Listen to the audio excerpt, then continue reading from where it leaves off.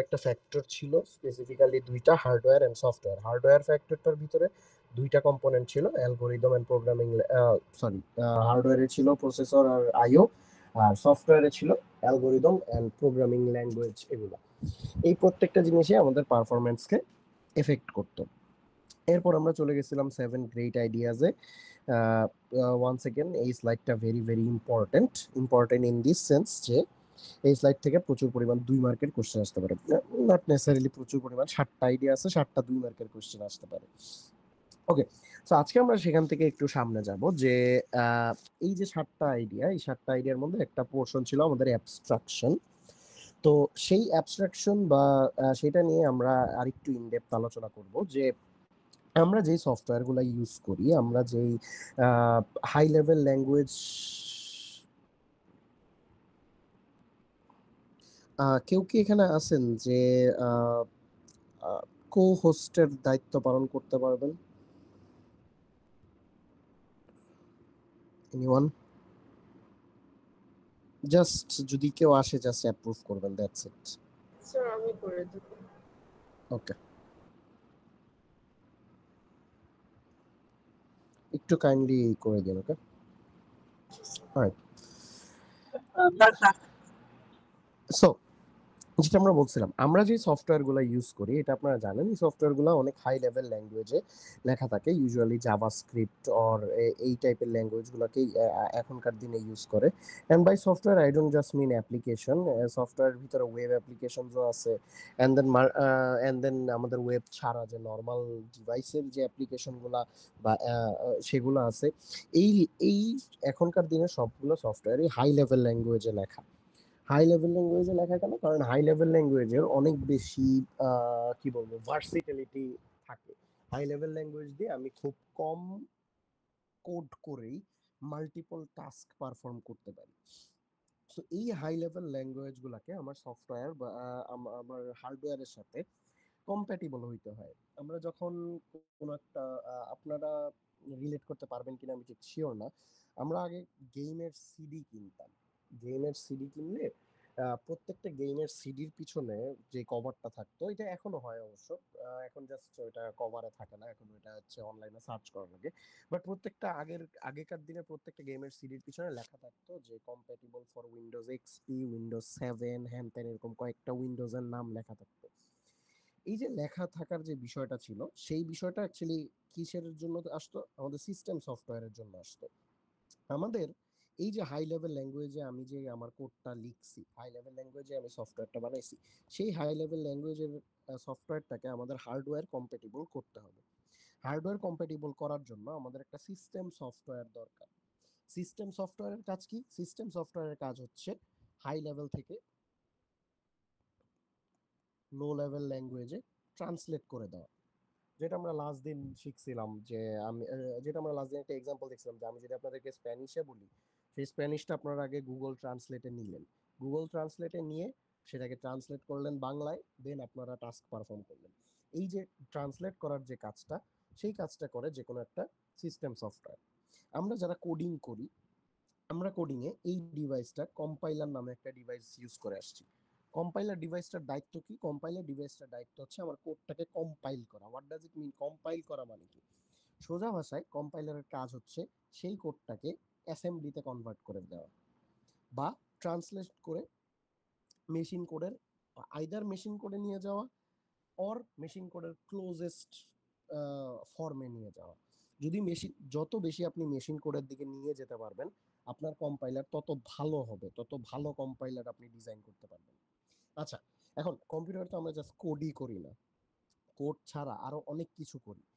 গান শুনি, মুভি দেখি, যা নেটফ্লিক্সে বিঞ্জ ওয়াচ করি, যা ইচ্ছা করি। ওগুলোর জন্য তো আমার কোনো কম্পাইলার লাগে না।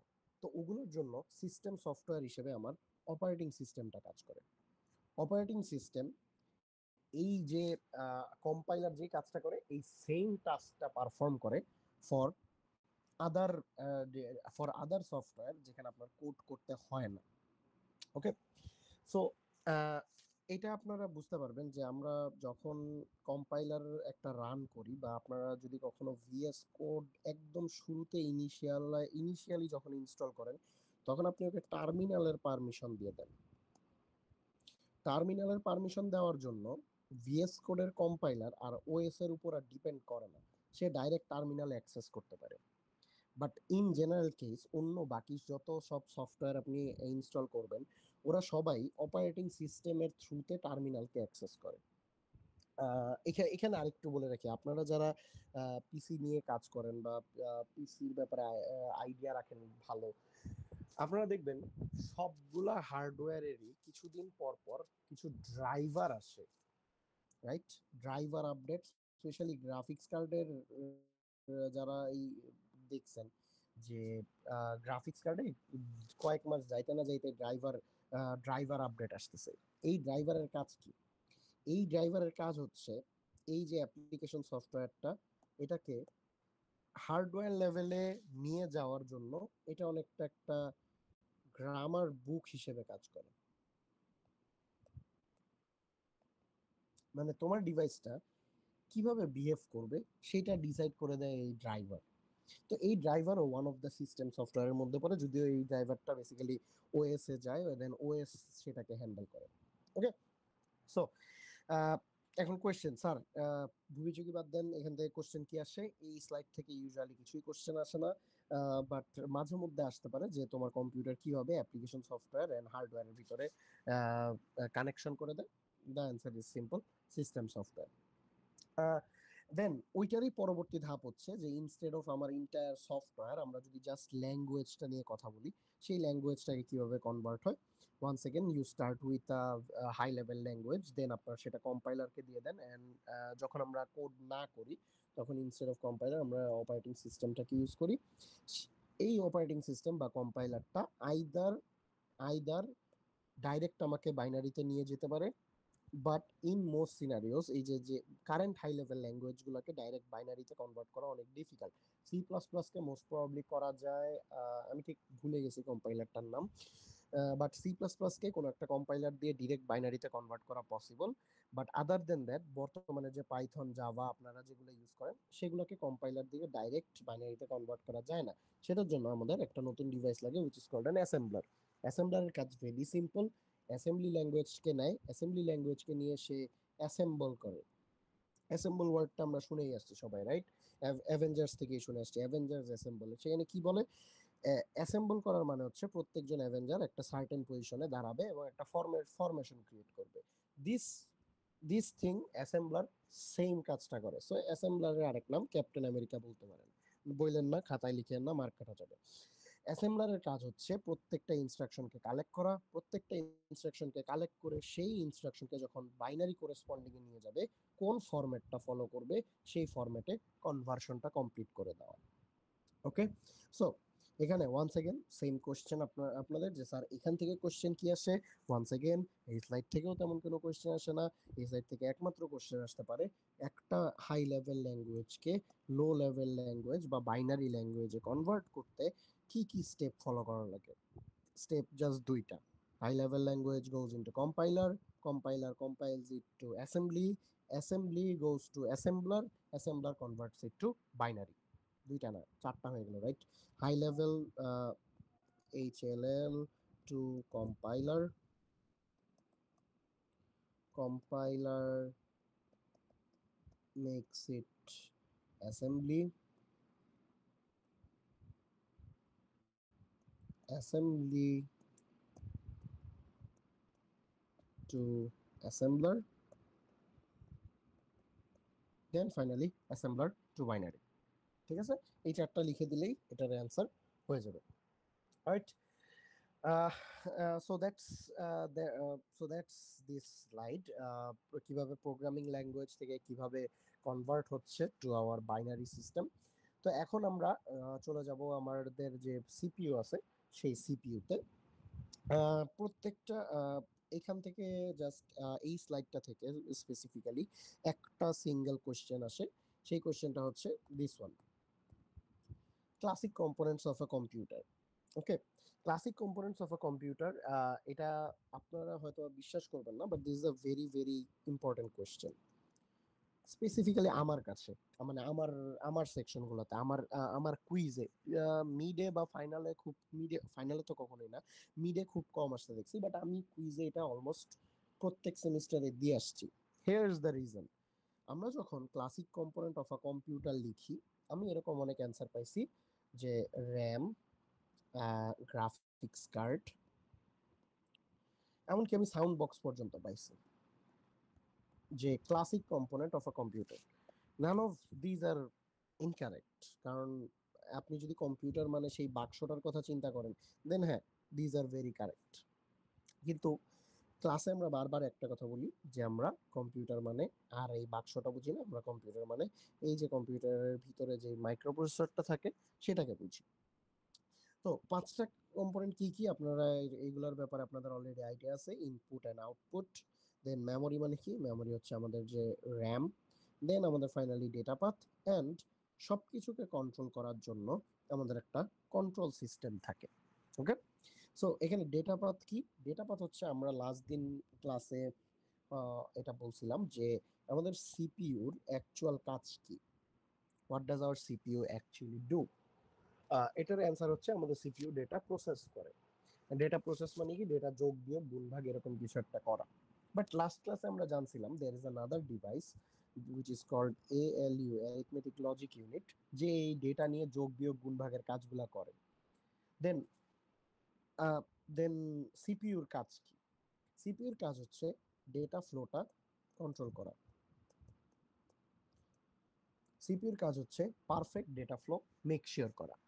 আমার ডেটা ফ্লোর জন্য মেইন ওয়ার্কিং ডিভাইস হচ্ছে ডেটা পাথ। ডেটা পাথ আপনারা অন্য কোর্সেও জেনে আসবেন যে একটা বাসের মতো থাকে। বাস বেসিক্যালি কয়েকটা ওয়্যার একসাথে লাগানো থাকে, দ্যাটস ইট। এই বাসের সাথে আপনার মাল্টিপল পেরিফেরাল ডিভাইসেস কানেক্টেড থাকতে পারে, যেমন একটা কিবোর্ড থাকতে পারে, একটা মাউস থাকতে পারে। এরা দুইজন ইনপুট দিবে, দেন ইনপুট এখান থেকে আউটপুট শো করার জন্য একটা মনিটর থাকতে পারে। প্রত্যেকটা ডিভাইসের জন্য তো আমি আলাদা আলাদা ডেটা বাস ক্রিয়েট করব না, আমি একটা সিঙ্গেল ডেটা বাসই রাখি। এই একটা সিঙ্গেল ডেটা বাসকে কন্ট্রোল করার দায়িত্ব হচ্ছে আমার সিপিইউর, বা আমরা যে কন্ট্রোল বলতেছি এই কন্ট্রোলের। ওকে, সো এই কোশ্চেনটা ভেরি ভেরি ইম্পর্টেন্ট। এখানে একটা লেখা আছে, data path and control are sometimes combined and called the processor. So এখান থেকে কোশ্চেনটা কি আসবে? এখান থেকে কোশ্চেন হচ্ছে the 5 classic components of a computer কি কি। অবভিয়াসলি 5 বলা থাকবে না, 5 বলা ইজ আ বিগ গিভঅ্যাওয়ে। আপনাদের থাকবে কি classic components of a computer কি কি। সেখানে আপনারা যেটা ভুলে যাবেন, আপনারা মেমোরি মনে রাখবেন অবভিয়াসলি, ডেটা পাথ মনে রাখবেন, কন্ট্রোল মনে রাখবেন, ইনপুট আউটপুট যে কম্পিউটারের পার্ট, এটা মনে রাখার চান্স খুবই কম।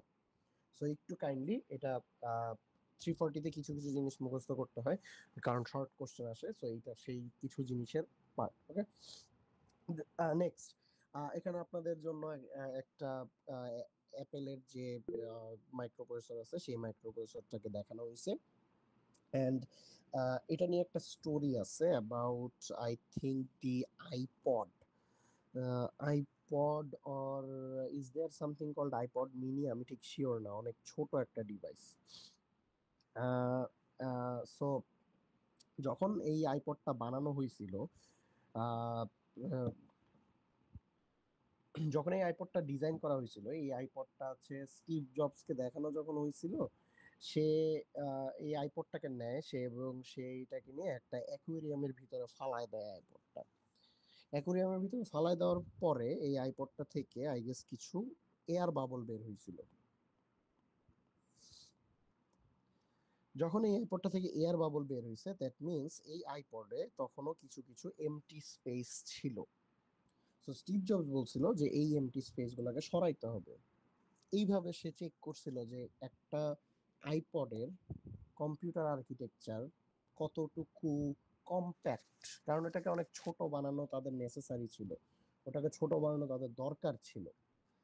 সো এটাও থেকে আপনারা একটা ইন্সপায়ারেশন নিতে পারেন যে আপনি যত বড় বড় ডিভাইসের কথাই চিন্তা করেন না কেন, বা যত বড় বড় কোম্পানির কথাই চিন্তা করেন না কেন, সব কোম্পানি বা সব ডিভাইসই এই মাইক্রো প্রসেসরটা বানানোর জন্যই কাজ করতেছে। এবং এই মাইক্রো প্রসেসর নিয়ে পুরা ওয়ার্ল্ড ইন্টারন্যাশনাল লেভেলের পলিটিক্স করে। যেমন আপনারা, this is getting really off topic, but আমি to be honest microprocessor এগুলো নিয়ে অনেক বেশি ইন্টারেস্টেড, দ্যাটস ওয়াই আমি এগুলো নিয়ে অনেক বেশি ঘাটাঘাটি করি। আপনারা সবাই জানেন ইউএসএতে এই ফোনটা ব্যান্ড। এটা ব্যান্ড হওয়ার প্রাইমারি রিজন কি বলতে পারবেন? অনেকে বলে যে এটা প্রাইমারি রিজন হচ্ছে স্পাই, চাইনিজ স্পাই টেকনোলজি। না, that's not the main reason. Spy যদি করতে হয় ইউএস এর উপরে কেউ নাই, দেন why would they ban Huawei?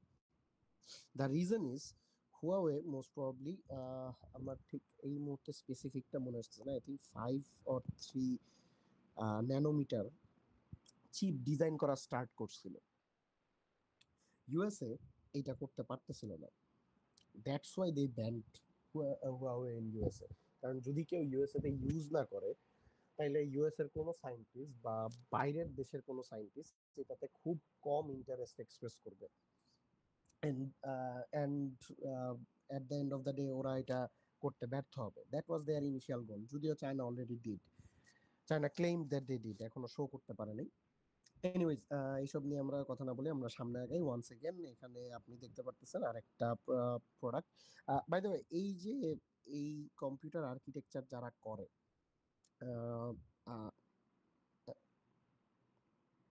IPad থেকে শুরু করে অ্যাপেলের যতগুলা আপনারা যে বলে থাকেন M2 প্রসেসর বা M2 চিপ এগুলো পড়ে থাকেন, এগুলো সব ডিজাইন করে একটা single company which is called Arm, ARM। Arm হচ্ছে, আর্ম কখনোই এই প্রসেসরটা আপনাকে বানায় দেয় না। অ্যাপেল আর্মকে টাকা দেয়, millions and millions of dollars দেয়। আর্মকে ওরা বলে তোমাদের এগুলা কিছু বানানো লাগবে না, কারণ আমাদের ওয়ান্স এগেন এশিয়াতে হিউজ ইনফ্রাস্ট্রাকচার আছে অ্যান্ড অনেক চিপ লেবার আছে, আমরা এটা ইচ্ছা মতো মনের মাধুরী মিশায় বানায় দিতে পারবো, তোমরা আমাদেরকে এইটার এই ডিজাইনটা করে দাও, জাস্ট ক্রিয়েট দ্য লে আউট ফর আস। আর্ম এই ডিজাইনটা করে দেন অ্যাপেলকে প্রোভাইড করে। অ্যাপেল ওদের কাছ থেকে বেসিক্যালি, এটা শুনে আসছেন আপনারা হয়তো বা, প্যাটেন্ট নামে একটা জিনিস থাকে। অ্যাপেল যে কোনো একটা প্রসেসরের প্যাটেন্টটা কিনে ফেলে, প্যাটেন্ট কেনার পরে ওইটাকে তারা নিজেদের বলে চালায় দেয়। এই জন্য আমরা শুনি যে অ্যাপেল নিজেদের সব চিপ ক্রিয়েট করে, right? Absolutely wrong.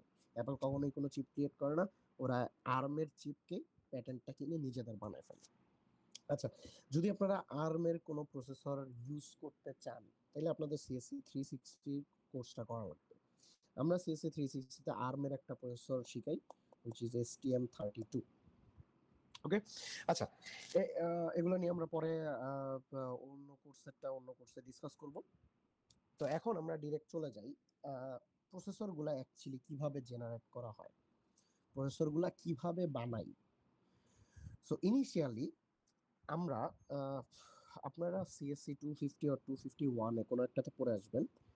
There was a device called vacuum, is the spelling correct, I don't know, vacuum tube. একটা ভ্যাকিউম টিউব নামে ইনিশিয়ালি 1950s অর মেবি 40s-এ বানানো হয়েছিল। So what the device did was very simple. এখানে একটা tube থাকতো কাচের, obviously. সেই টিউবটাকে কমপ্লিটলি ভ্যাকিউম করা হয়ে একটা কেমিক্যাল রিয়াকশন ঘটানো হইতো, either on this side or on this side, যে কোনো এক সাইড একটা কেমিক্যাল রিয়াকশন ঘটানো হইতো। কেমিক্যাল রিয়াকশন ঘটানোর ফলে একটা ইলেকট্রন ওই রিয়াকশন থেকে বিস্ফোরণের মাধ্যমে জেনারেট হইতো। সেই ইলেকট্রনটা এই ভ্যাকিউমের থ্রুতে পাস করতো। যেহেতু এটা ভ্যাকিউম, কোনো এয়ার নাই, কোনো কিছু নাই, সো ওকে আটকানোর কিছু নাই, এই ইলেকট্রনটা পাস হওয়া শুরু করলো। আচ্ছা, ইলেকট্রন যেখানে পাস হয় আমরা জানি তার অপোজিটে ইলেকট্রিসিটিটা পাস হয়, right? This is the very simplest idea. Turns out এইভাবে আমরা এখন ডেটা আদান প্রদান করতে পারি ইলেকট্রনের উপর বেস করে। ইলেকট্রন যদি বেশি পাস হয় তাহলে সেটাকে আমরা দুই সাইডের মধ্যে কি জানি বলে এটাকে, ভোল্টেজ ডিফারেন্সের উপর বেস করে আমরা ইলেকট্রিসিটি আদান প্রদান করতে পারি। অ্যান্ড সেই ভোল্টেজটাকে যদি আমি ফ্লাকচুয়েট করাইতে পারি, তাহলে আমি ওয়ানস অ্যান্ড জিরোস পাঠাইতে পারি।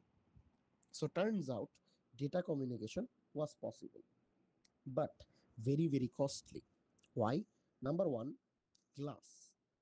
নাম্বার 2, গ্লাসের ভিতরে আমার ভ্যাকিউম ক্রিয়েট করতে হবে। নাম্বার 3, আমার একটা কেমিক্যাল রিয়াকশন জেনারেট করতে হবে। এন্ড আমরা সবাই চেরনোবিল বা এইসব মুভি টুভি দেখে আসছি, এগুলোর ব্যাপারে জানি যে একটা কেমিক্যাল রিয়াকশন আনস্টেবল হইতে অত বেশি সময় লাগে না। So this was not a public idea. So আমাদের একটা পাবলিক আইডিয়া লাগবে, এমন কোনো একটা আইডিয়া লাগবে যেটা দিয়ে খুবই ইজিলি এই ইলেকট্রিসিটি ট্রান্সপোর্ট করা যায়।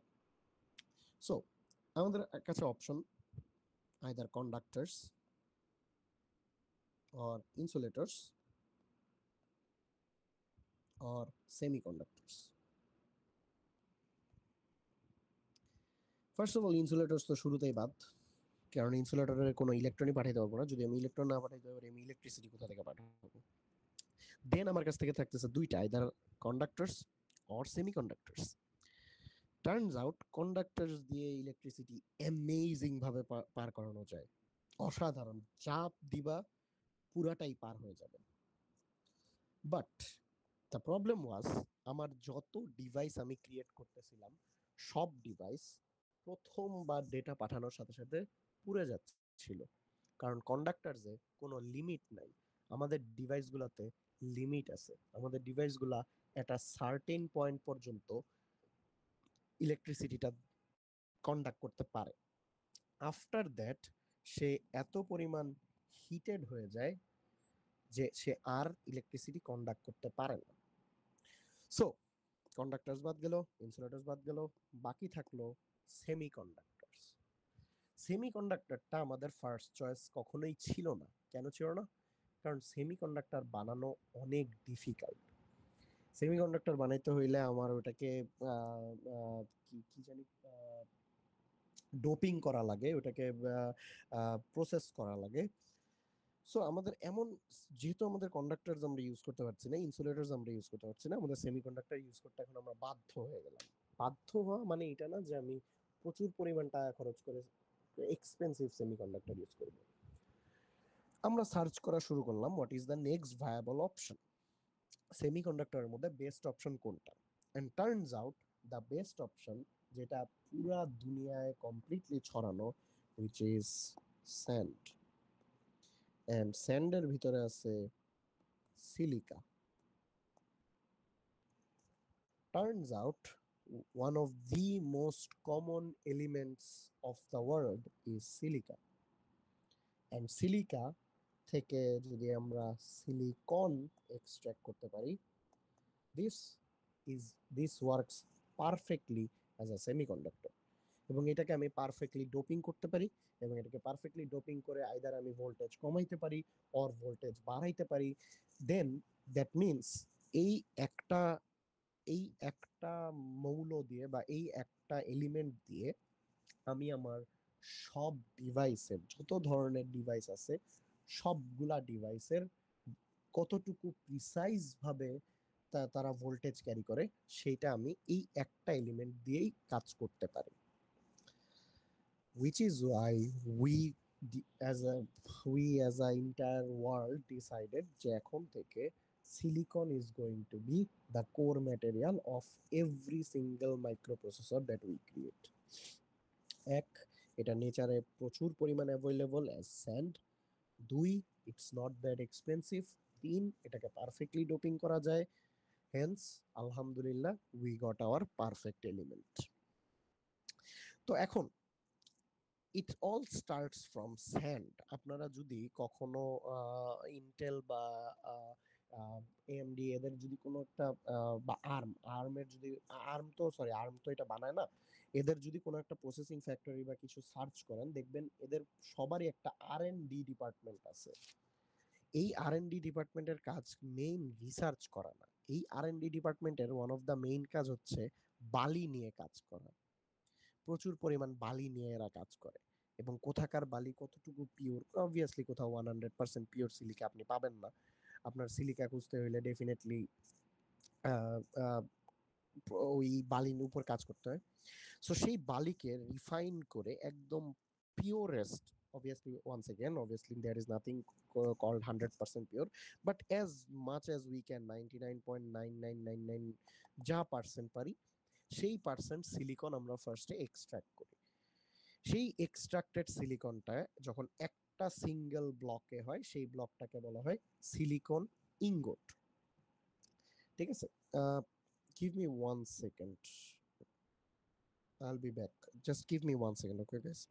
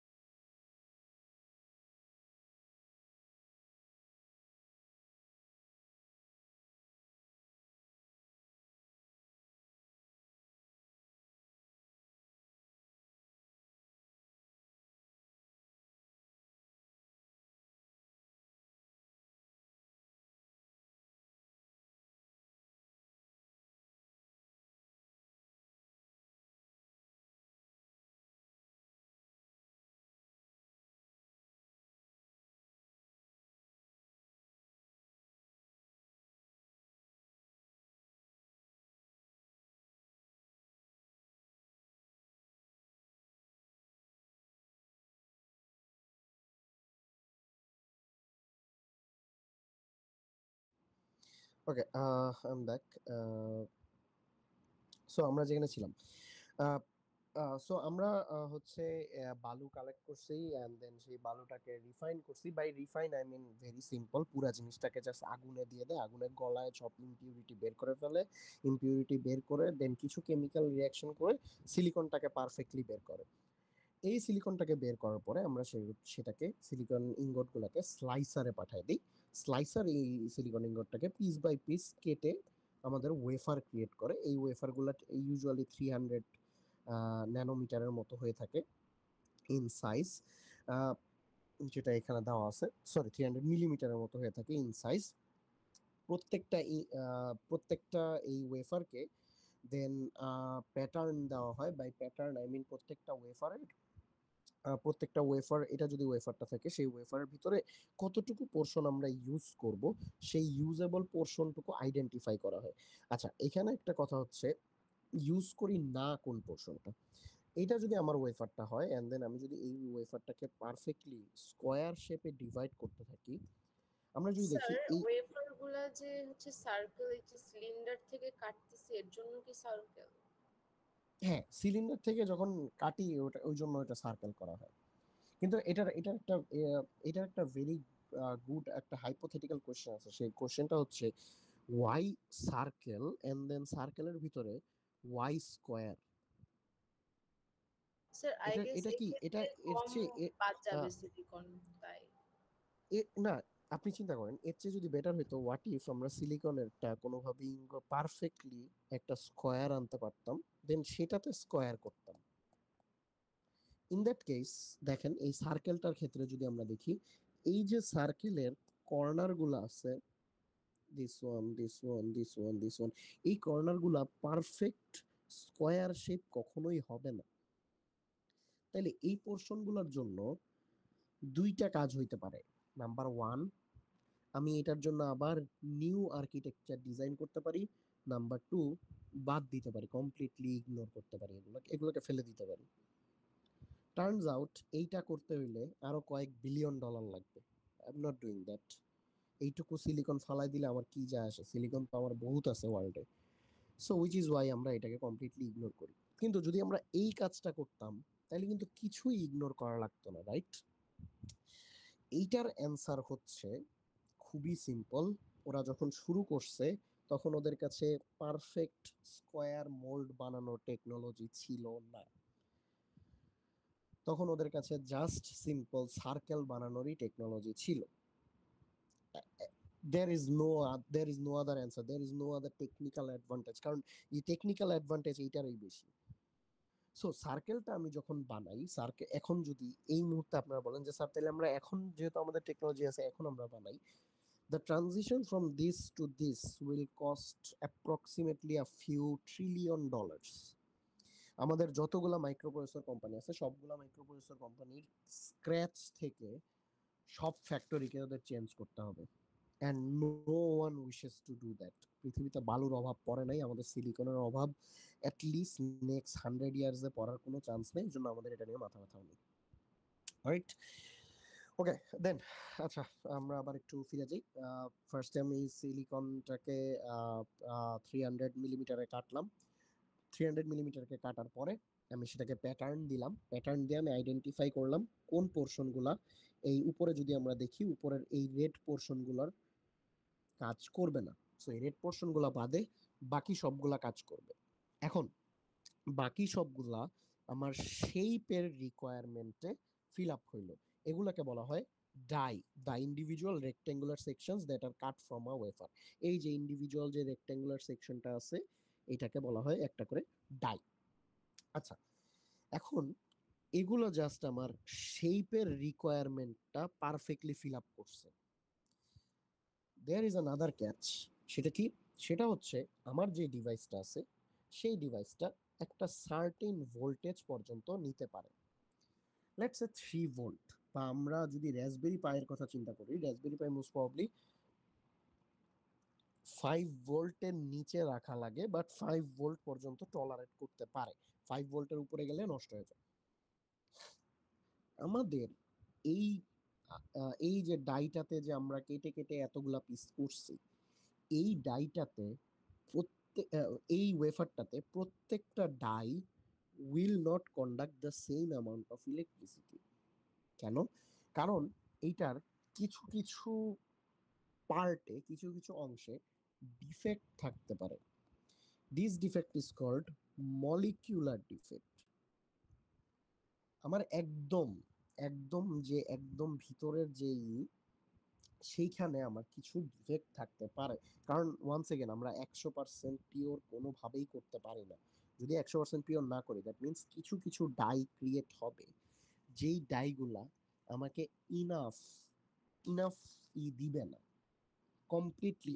লেটস সে এই দুইটা রেড ডাই ওরা কমপ্লিটলি আমার 3.2 ভোল্ট ক্যারি 3 ভোল্ট ক্যারি করতে পারে না, ওই পর্যন্ত ও পৌঁছাবেই না। দেন লেটস সে এই ব্লু ডাই আছে, যে ব্লু ডাইটা হয়তো বা সেটার আশেপাশে যাবে। দেন এই যে গ্রিন ডাই আছে, এই গ্রিন ডাইগুলা পারফেক্টলি আমি যেটা চাই সেটা করবে। Okay, so red dies are completely defected, blue dies are somewhat running, but আমি যেই আইডিয়ালটা চাই সেই আইডিয়ালে নাই। And then the green ones are আমি যেই বাউন্ডারি সেট করেছি সেই বাউন্ডারির ভিতরে আছে। এরপরের স্টেপটা হচ্ছে ডাইসারে পাঠানো হয় এটাকে। ডাইসারে পাঠায় প্রত্যেকটা ডাইকে সেপারেট করে ফেলা হয়, সেপারেট করে বেসড অন দেয়ার কন্ডাক্টিভিটি ওদেরকে সর্ট করা হয়। এই যে গ্রিন ডাইগুলো আছে সেই গ্রিন ডাইগুলা পারফেক্টলি কন্ডাক্টিভ হচ্ছে, এই জন্য এগুলাকে সবচেয়ে সুপিরিয়র কোয়ালিটি হিসেবে ডিসাইড করা হয়।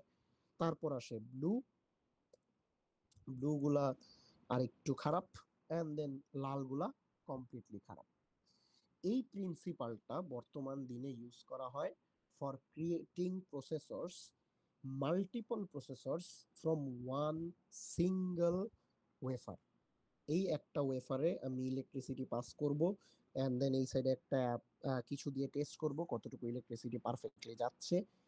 যেই ওয়েফারগুলো যেই ডাইগুলা পারফেক্টলি আমি যা চাই ওইটুকু কন্ডাক্ট করে সেগুলাকে আমি আমার লেটস সে আমি কোরাই 9 বানাইতে চাচ্ছি, অ্যান্ড কোরাই 9 3 to 5 এই রেঞ্জের ভিতরে এই এই রেঞ্জের ভিতরে ভোল্টেজ পাস করে। এই ডাইগুলা থেকে, ফ্রম দিস ডাইস, গ্রিন ডাইগুলা 3 to 5 পারফেক্টলি পাস করতে পারে। ওদেরকে আমি মার্কেটে কোর i9 হিসেবে সেল করতে পারবো। ব্লুগুলা ব্লুগুলা 2.5 থেকে 5.5 ভোল্ট পর্যন্ত, মানে আমার যে রেঞ্জ সেই রেঞ্জ থেকে বোথ সাইডে আরেকটু বেশি ক্যারি করে। আরেকটু বেশি, আপনাদের মনে হতে পারে স্যার আরেকটু বেশি ক্যারি করা মানে তো ভালো।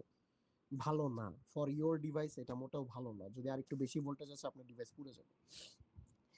এই যে সেকেন্ড রেঞ্জটাকে আমি চুপচাপ ফালাই দিব না। এই রেঞ্জটাকে আমি কম্পেয়ার করব আমার প্রিভিয়াস কোন জেনারেশনের সাথে এটা মিলতেছে। সো লেটস সে এটা আমার কোর i7 জেনারেশনের সাথে মিলে গেছে।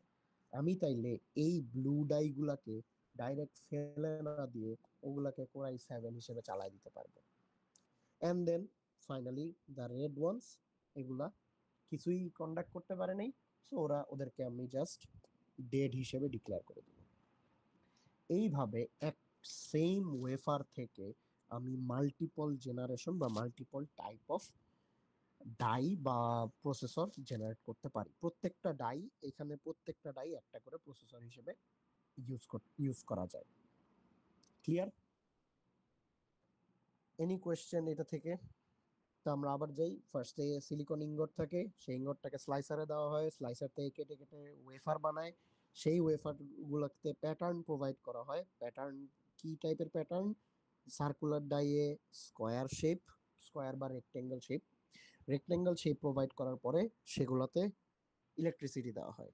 ইলেকট্রিসিটি দিলে যদি সে পারফেক্টলি কন্ডাক্ট করতে পারে তাইলে সেগুলোকে সিলেক্ট করা হয়। আর যদি পারফেক্টলি কন্ডাক্ট করতে না পারে, এখানে ডাইরেক্ট ক্রস দিয়ে বসে আছে, আমরা কিন্তু ডাইরেক্ট ক্রস দেই না, কারণ আমরা এত বোকা না। আমরা কি করি, আমরা ওটাকে অন্য প্রোডাক্ট হিসেবে চালায় দেওয়ার চেষ্টা করি, একটু প্রিভিয়াস জেনারেশনে বা একটু ওল্ড প্রোডাক্ট হিসেবে চালায় দেওয়ার চেষ্টা করি।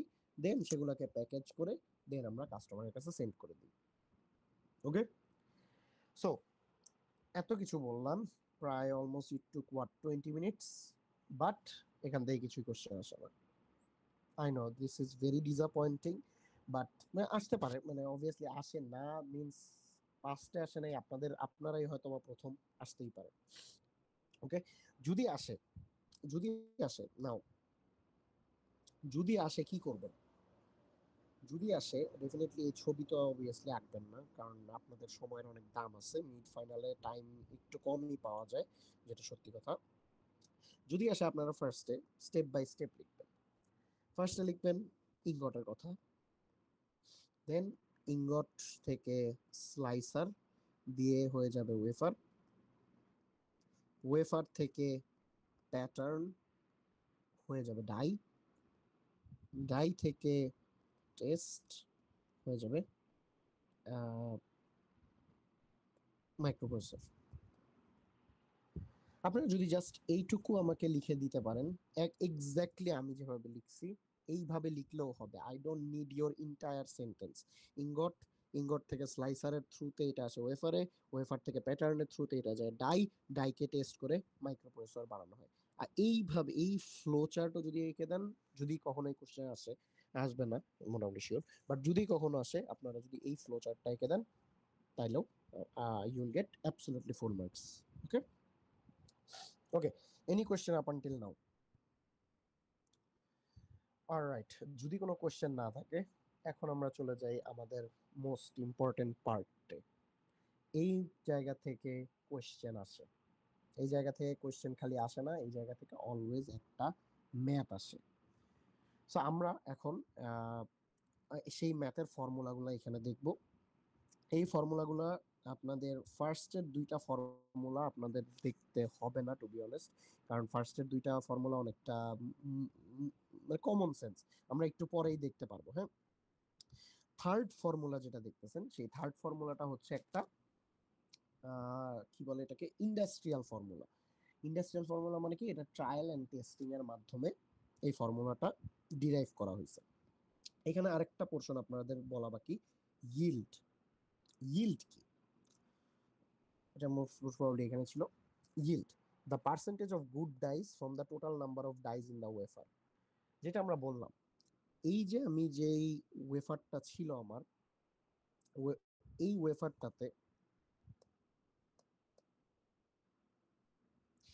এই যে আমার এই ওয়েফারটাতে আমার মাল্টিপল ডাই আছে, প্রত্যেকটা স্কোয়ার একটা করে ডাই।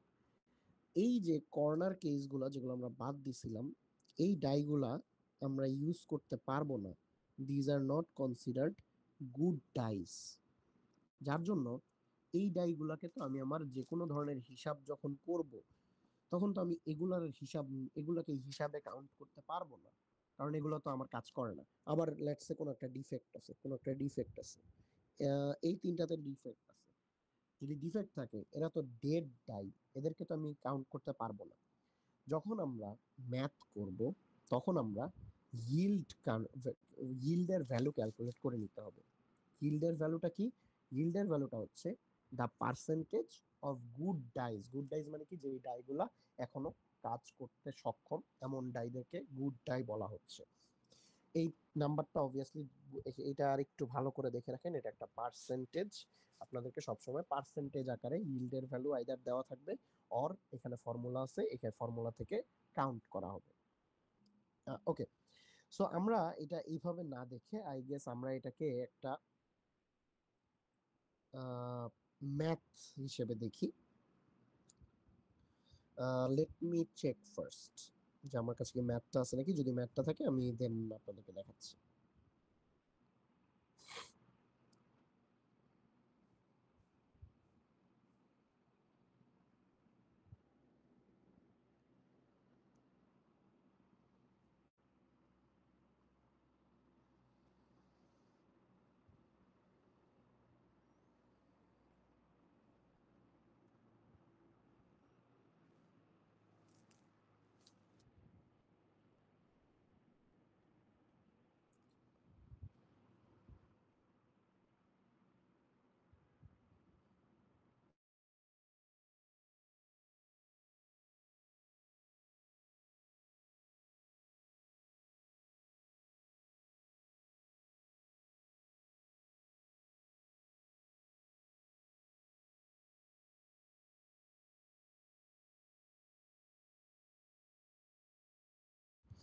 আচ্ছা, এই মুহূর্তে ম্যাথটা আমার কাছে নাই, আমার কাছে প্র্যাকটিস শিটটা আমি খুঁজে পাচ্ছি না।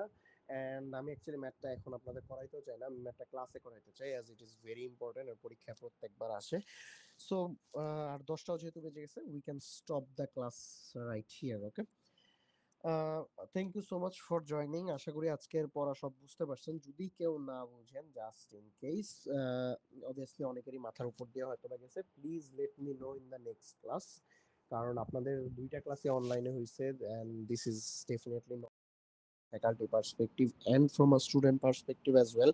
যদি আপনারা কখনো স্বীকার করবেন, আপনারা বলবেন স্যার পুরাটাই অনলাইনে নেন, আমাদেরই সুবিধা, আমাদের এরকম বিকাল 5টা পর্যন্ত ক্লাস করা লাগে না।